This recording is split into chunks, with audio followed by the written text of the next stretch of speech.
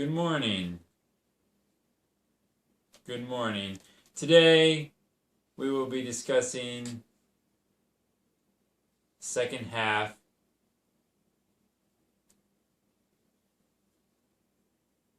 of Albert Camus' book, The Plague. We left off in part 3. Part 3 describes the ongoing saga, and I would like to share with you some more passages. Here from part 3 is Albert Camus. He writes in The Plague. Actually, the most striking feature of our funerals was their speed. Formalities had been whittled down, and generally speaking, all elaborate ceremonial suppressed. The plague victim died away from his family, and the customary vigil beside the dead body was forbidden, with the result that a person dying in the evening spent the night alone, and those who died in the daytime were promptly buried. Needless to say, the family was notified, but in most cases, since the deceased had lived with them, its members were in quarantine and thus immobilized.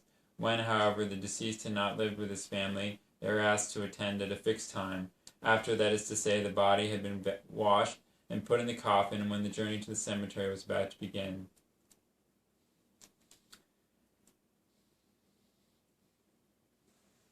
And then it goes on to talk about Dr. Ryu and how he was involved in these ceremonies. Next is a passage also from part 3. So completely were they dominated by the plague that sometimes the one thing they aspired to was the long sleep it brought, and they caught themselves thinking, a good thing if I get plague and have done with it. But really they were asleep already. This whole period was for them no more than a long night's slumber. The town was peopled with sleepwalkers, whose trance was broken only on the rare occasions when at night their wounds, to all appearance closed, suddenly reopened. Then, walking with a start, they would run their fingers over the wounds with a sort of absent-minded curiosity, twisting their lips, and in a flash their grief blazed up again, and abruptly there arose before them the mournful visage of their love. In the morning they harked back to normal conditions. In other words, the plague. What impression, it may be asked, did these exiles of the plague make on the observer? The answer is simple. They made none, or to put it differently, they looked like everybody else, nondescript. They shared in the torpor of the town and in its puerile agitations. They lost every trace of a critical spirit, which, gaining an air of sang-froid, you could set, for instance, even the most intelligent among them, making it slow, like all the rest, of studying the newspapers or listening to the radio, in the hope, apparently, of finding some reason to believe the plague would shortly end. They seemed to derive fantastic hopes or equally exaggerated fears from reading the lines that some journalist had scribbled at random, yawning with boredom at his desk. Meanwhile, they drank their beer, nursed their sick, idled, or doped themselves with work, filed documents in offices, or played the phonograph at home without betraying any difference from the rest of us. In other words, they had ceased to choose for themselves. Plague had leveled out discrimination. This could be seen by the way nobody troubled about the quality of the clothes or food he bought. Everything was taken as it came. And finally, it is worth noting that those who were parted ceased to enjoy the curious privilege that had been theirs at the outset. They had lost love's egoism and the benefit they derived from it. Now, at least, the position was clear. This calamity was everybody's business. What with the gunshots echoing at the gates, the punctual thuds of rubber stamps marking the rhythm of life and death, the files and fires, the panics and formalities, all alike were pledged to an ugly but recorded death.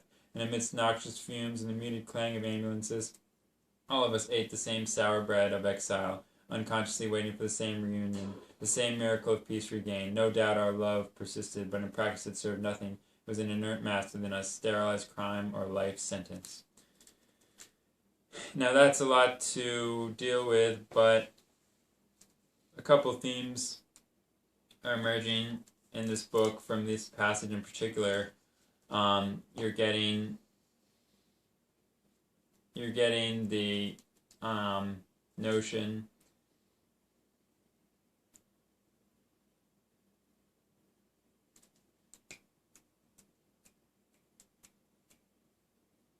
notion that the people are sleepwalkers, they're in a trance, and they're exiles of the plague, which is sort of up for debate, or discussion rather. But In this last sentence, no doubt our love persisted, but in practice it served nothing. It was an inert mass within as sterile as crime or a life sentence.